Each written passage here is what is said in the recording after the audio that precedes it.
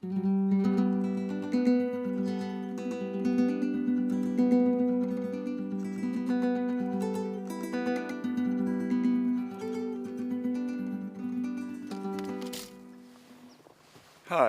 welcome to Wine Country at Work. I'm Ralph Amicis, your tour guide.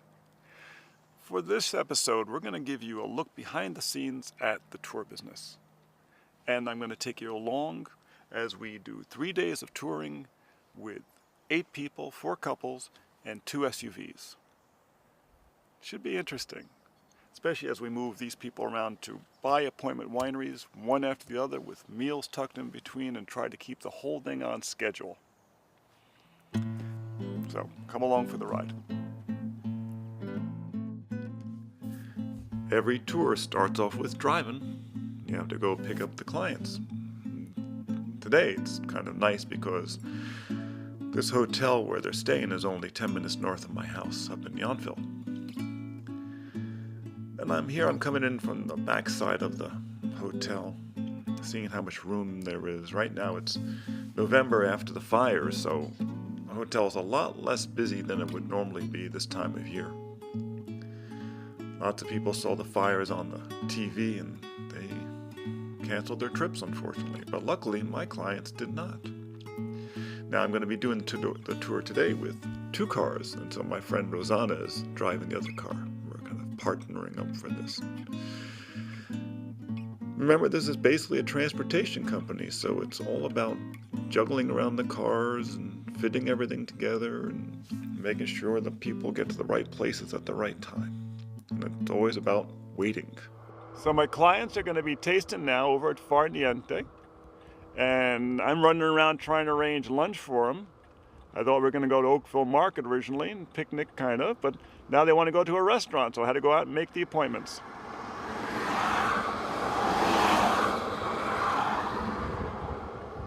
Originally, I thought we were going to be eating here at the Oakville Market. Normally you can picnic outside, but I was a little worried because of the rain. And right now it smells just absolutely wonderful.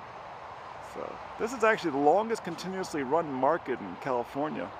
And it sits right opposite the vineyards of Opus 1, which is what we call our first expense account wine in Napa. You know what I mean. You want to impress the clients, so you order Opus 1. So I'm back from arranging lunch for my people today, and gonna go back up to Far Niente, and I just have to get myself buzzed in through the gate. I'm gonna flip the mirror around so I can get close enough.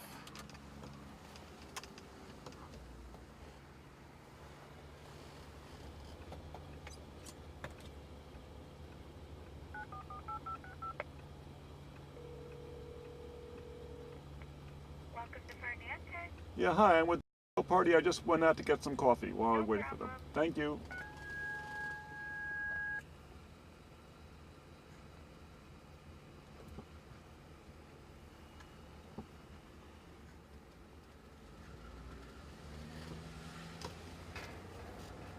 It really is quite a beautiful property. I've been here, oh my gosh, for 100 times.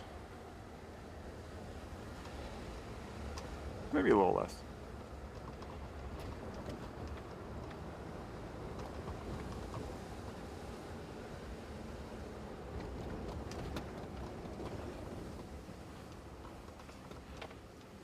And as they remind us, harvest is underway. So back here by the crush pad, it gets busy. Gotta watch out for trucks. Oh. Little bits of grapes left on the ground.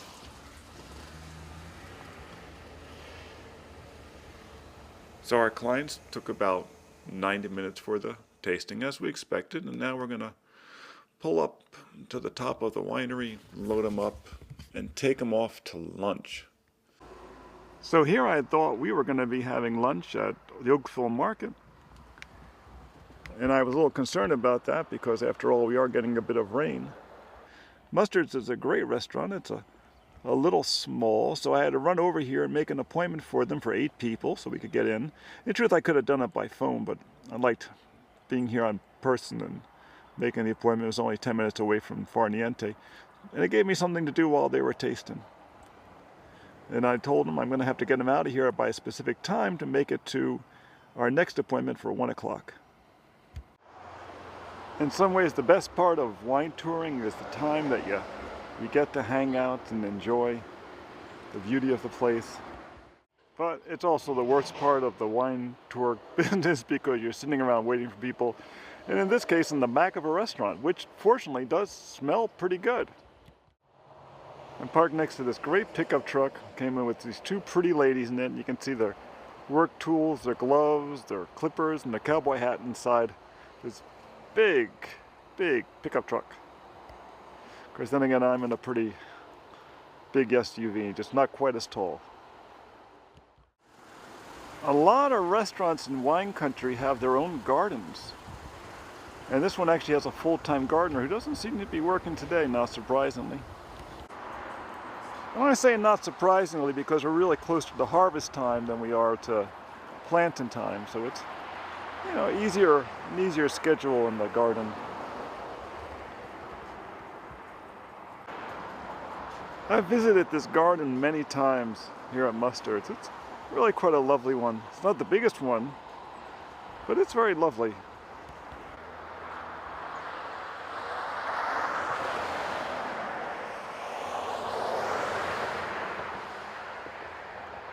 Right here by the side of the road.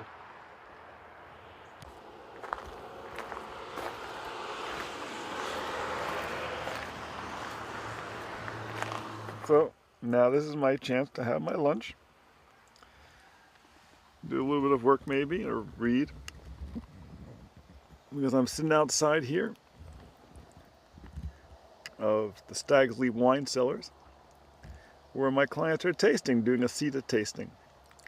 Got them here right on time for 1 o'clock, amazingly enough. Normally this time of year, you know, in November, we can get some cloudy days, but they're usually interspersed with sunny days. But here in Stag's Leap, this is 2017, November. All those hills over there, they were burned during the wine country fires. Luckily it didn't make it down onto the valley floor. That's the famous Stag's Leap that the winery and the district is made for. And that entire area was consumed with fire. Now fortunately it's mostly scrub and grasses, so it should come back pretty quickly. But it was pretty terrifying. Luckily our clients didn't see it. They're just coming here afterwards. Though they were concerned, in fact, they were thinking about canceling, and I ended up doing a video for them showing them that it was really quite beautiful here in the places we were going. We're not going to be impacted by even seeing the fire very much. Though they want to come to Stag's Leap, so they get to see it in the distance.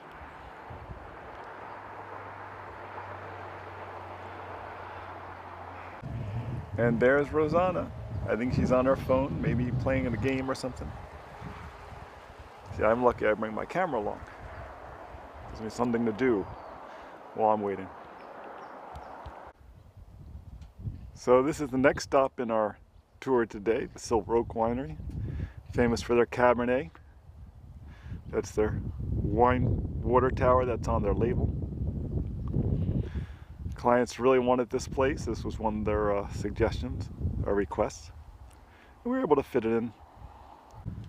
It's a beautiful day out here and a very misty day. You might say a beautiful misty way. There's the solar panels for Silver Oak. It's kind of amazing that they actually gave up some space for their vineyards for solar panels, but energy's energy. And there's a fair number of cars here today, but I'll tell you the truth, I think most of them are employees because there's very few people inside the winery. Middle of the week after the fires. Of course, here we are, waiting again. It's part of the job, waiting for the clients.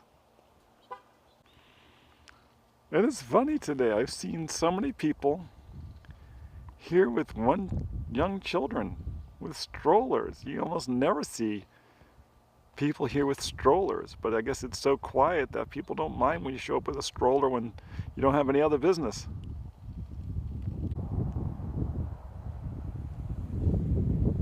Yep, it is a beautiful winery. But I have to say the clients are driving me a little bit crazy because they keep changing things around. Now it turns out that this time, instead of going back to the hotel, they're going to be going up to Meadowwoods, so I imagine we'll drop them off and then head back to their hotel and drop off all the wine they have in the back of the car.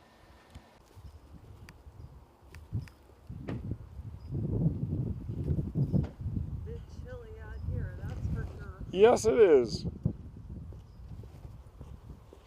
supposed to warm up tomorrow? No, it's supposed to be wetter tomorrow, I think. Winter? Yes. Day 2 of touring. And here we are at the little private winery, family run. Got my whole group inside. First tasting of the morning with the son of the owners. This is probably gonna be their favorite place of 3 days. And this is the inevitable rearranging the cars so we can point them out so we don't have to drive the cars backwards. The clients inside.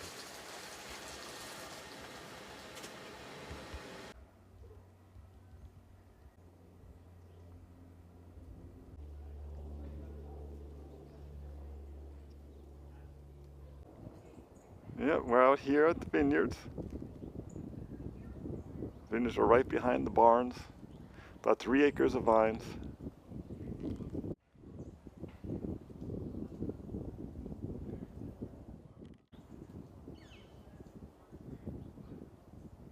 I wish I had smell-o-vision because then you would smell what these eucalyptus smell like here in the wet. It's wonderful.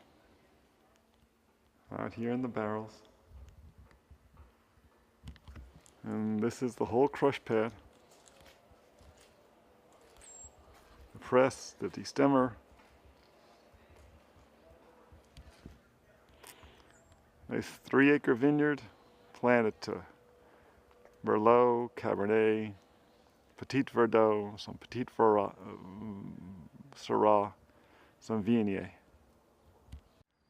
And this great old barn, original to the property. And this great little crop of raisins happening kind of unintentionally.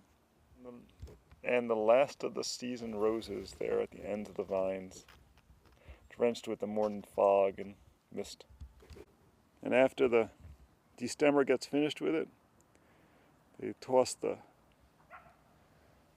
bits out here in the vineyard to strengthen the soil for next year.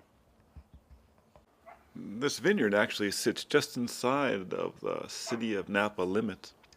And as you look out over the hills, you see a stripe. Well, that was actually a fire break that was cut by bulldozers to protect the area. And now I found the beautiful roses on the property. Right outside where they do their tasting. Today my clients are having lunch at Gott's Roadside in downtown Napa, over at the Oxbow section across the river from the downtown actually, but still qualifies as downtown because you can walk to it. And it's a great place for a burger. What we actually did was we got the menu online and then we called up and placed the order in advance, so when they got over here it was mostly ready.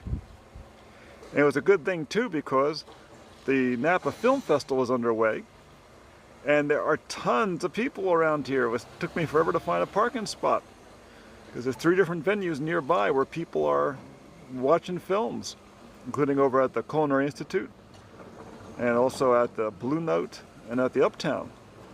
So it is hopping in downtown Napa today. Our next stop is a private tour at the Robert Mondavi Winery, an icon in the middle of the valley in Oakville, which is generally considered one of the best vineyards in the valley. Off in the distance, the Amicis, that ridge along there was burned, but we're hoping it's going to come back green pretty soon. On the other side, the Amicis had some fires up there, but they came through okay. Mondavi always manages to have beautiful roses in the front when I come here, and I do appreciate that. The reason is that when I'm checking into the office during the day and I'm sending text to my wife Lahni, I'll take photos of roses or other flowers. And I'll send them along with my note. And some days it's very hard to find flowers, especially in the middle of the winter, but you know, roses do bloom here year round. Even in the middle of the winter you can often find one. The tour today with my clients is actually going to be partly with the general manager here. My clients are friends with him, which is always great because Mondavi is always very hospitable, but the GM here is just a very gracious person. So for me, it's a treat. I don't see him very often, a couple times a year. Usually in Whole Foods. You know, across the way you can really see where things burned. And right there, that's the line between where the burns headed north and where they got stopped by the reservoir.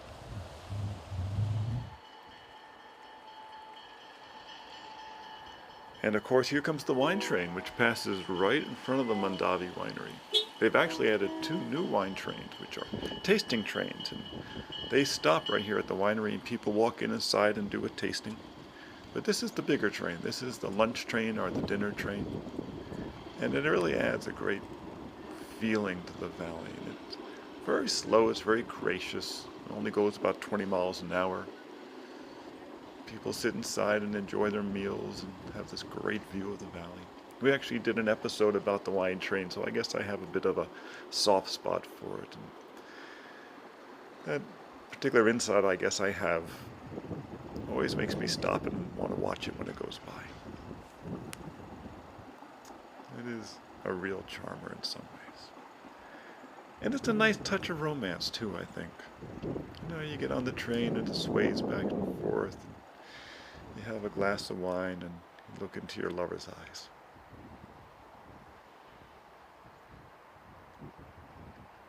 That's Napa for you.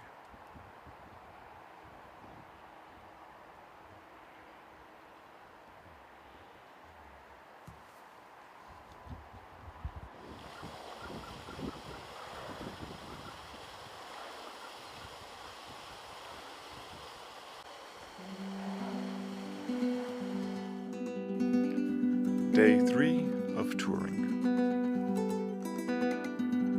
So, here we are on our 3rd day of touring, and we're starting off the day at the Fela Winery, which specializes in Pinot Noir and Chardonnay. And this is a bit of a leap because the guys in this group all like the big cabs, and Pinot and Chard are clearly not cabs.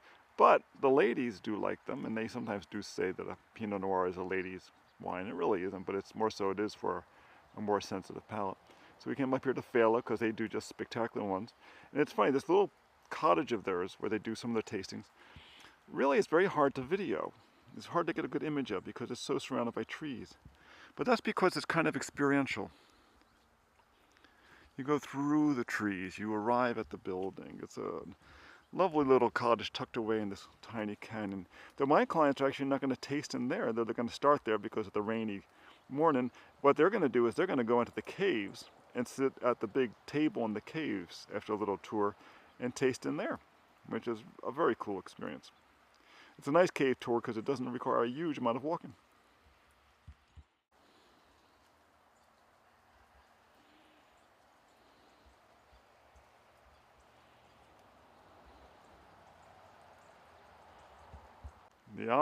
The olive trees this year are all kind of soaked. Looks like a good harvest of olives this year too. I have to say, these are some of the biggest olives I've ever seen this year. Huge olives. Might be the varietal tree too, but just big olives. There is a vineyard on the property, but it's actually planted to Zinfandel, and they sell the grapes off to another winery. This isn't really Pinot Noir country up here. It's too hot. We're getting here while crush is really finishing up, especially for these grapes. The Pinot Noir and Chardonnays are all pretty much in either their tanks or even sometimes into barrels.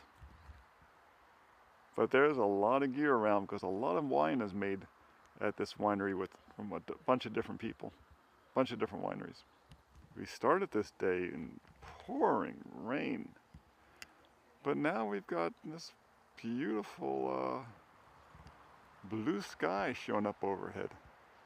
Hopefully I won't need my umbrellas too much today, though I have a whole bunch of them in the car. It's important to be prepared. Then after this we're going to head out to Frank Family, which is not very far away, maybe about 10 minutes. And for a sit-down tasting and really dig into the cabs over there, but other good wines too. Now we're going to get back into what the guys like a bit more.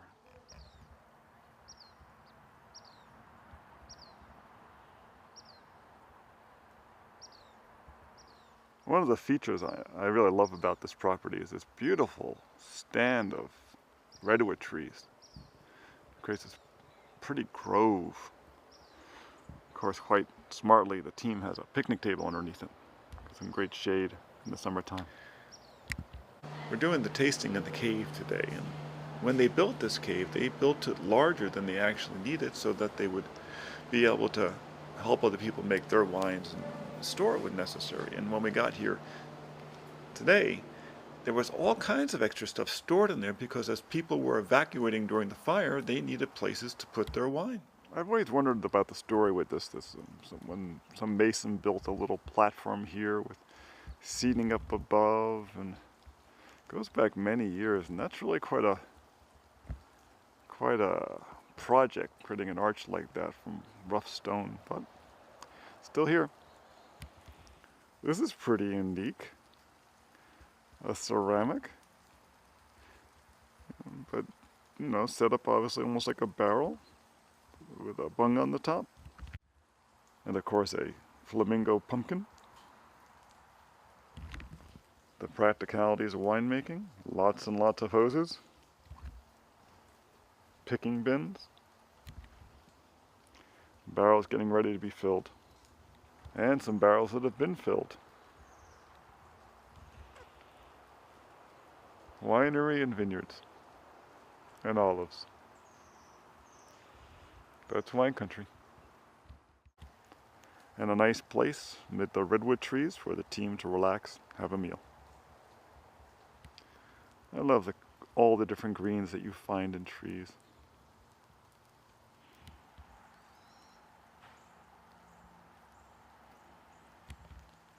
I had to go reposition the car and get ready for our next trip to another winery. Some parts of a tour day are just about this, sitting in the parking lot waiting for someone.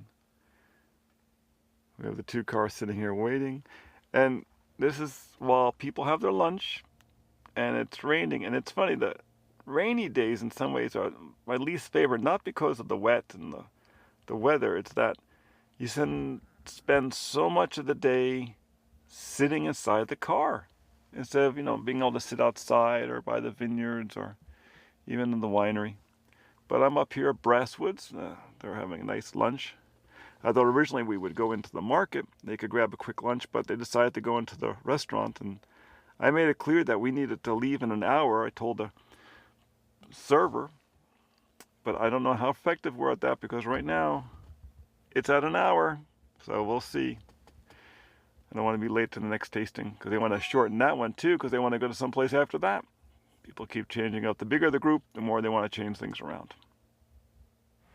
This is our final winery of the 3 days of touring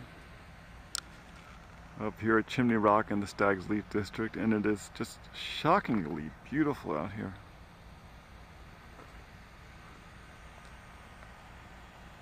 In nature, the trees are turning. Everything is still glistening with water, with rain. It's just beautiful.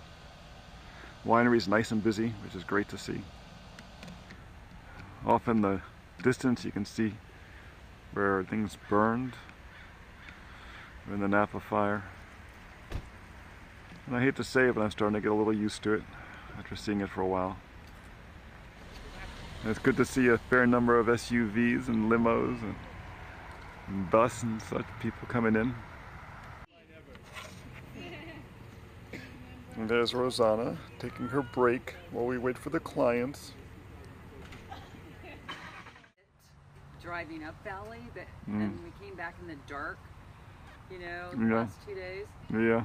And With this much rain, yeah, it's going to go green really fast. yeah, it's especially with the ash. We didn't Oh, yeah. include all of the wineries in the video because honestly, one of them proved to be quite disappointing, even though it was a request by the client. But hey, you never know until you go. So it's the end of the day. Dropped off the clients, did the billing, tucked away here in a little private vineyard where we dropped them off with their friends so they could do one final tasting before they head back to the hotel. Tomorrow we got a car picking them up, bringing them to the airport. It's been a lot of fun. And in a very, very gorgeous place. That's wine touring. Well, the tour is over. The clients loved it.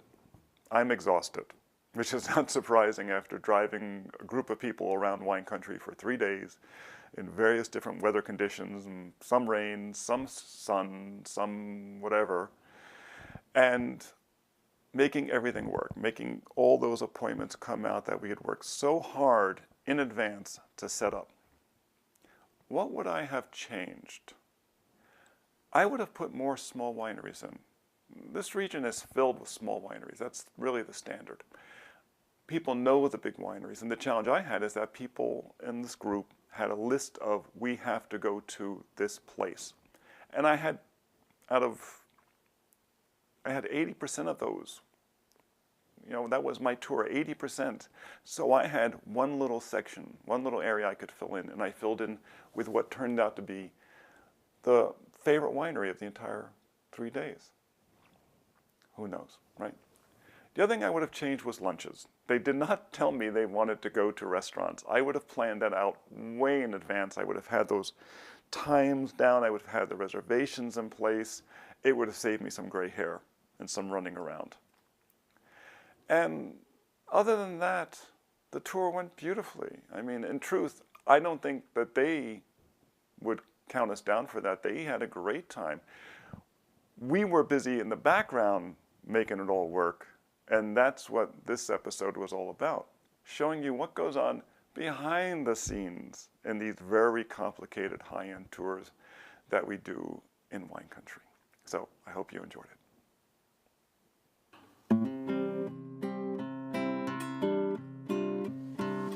So thanks for joining us for another episode of Wine Country at Work. See you next time.